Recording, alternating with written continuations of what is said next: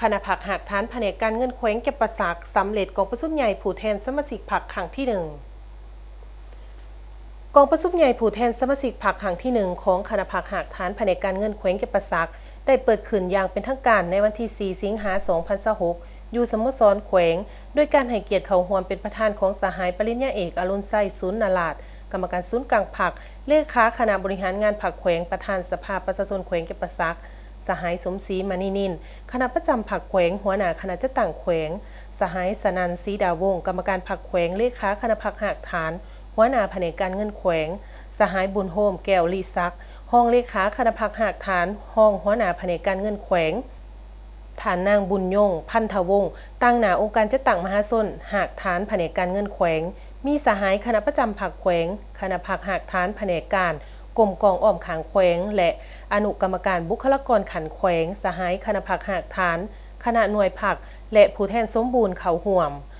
ผ่านการดำเนินกองประชุมสหายคณะพรรคหากฐานสมาชิกพรรคก็คือผู้แทนสมบูรณ์ได้พร้อมกันยกสูงความรับผิดชอบการเมืองสุมสติปัญญาใส่การขนขวายอย่างเลิกซึ้งกองประชุมได้มีความเป็นเอกภาพรับห้องเอาบทรายงานการเมืองทั้งสองภาคและบทสำรวจการนำพารวมซึ่งตีราคาด่านดีด่านอ่อนโขโค้งข้างสาเหตุบทเรียนในการนำภาษีนำในระยะผ่านมา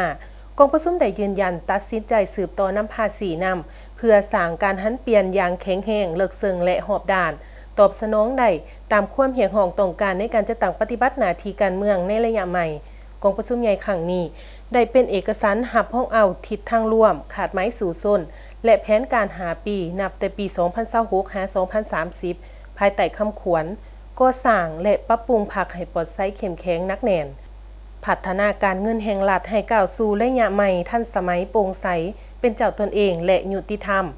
พร้อมนี้ผู้แทนกองประชุมได้พร้อมกันใส่สิทธิประชาธิปไตยปอนบัตรเลือกตั้งเอาคณะพรรคหากฐานสุดใหม่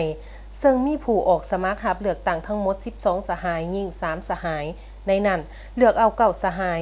ผ่านจากการปอนบัตรเลือกตั้งเลือกได้สหายสนันศรีดาวงศ์สหายศรีสวัสดิ์ศิริวัฒน์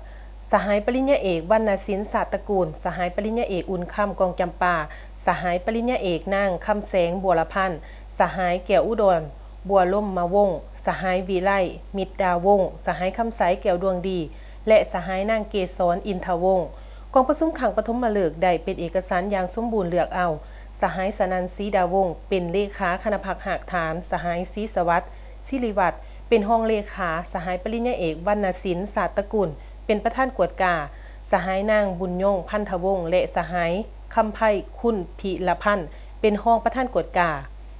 ตอนถ่ายกองประชุมสหายปริญญาเอกอรุณไส้สุนนราชกรรมการศูนย์กลางพรรคเลขาคณะบริหารงานพรรคแขวงโกให้เกียรติมีคำเห็นโอล่มสหายได้แสดงความหยองยอส้มเซยต่อคณะพรรคหากฐานสุดเก่าในการนำภาษีนำสมาชิกพรรคพนักงานรัฐกรโดยความรับผิดชอบต่อหน้าที่การเมืองของตนญาติได้ผลสำเร็จหลายด่านพร้อมนี้สหายยังได้สีนำและเฮียคงให้คณะพรรคสุดใหม่สมาชิกพรรคพนักงานรัฐกรจงสืบต่อขยายนำใจรักษา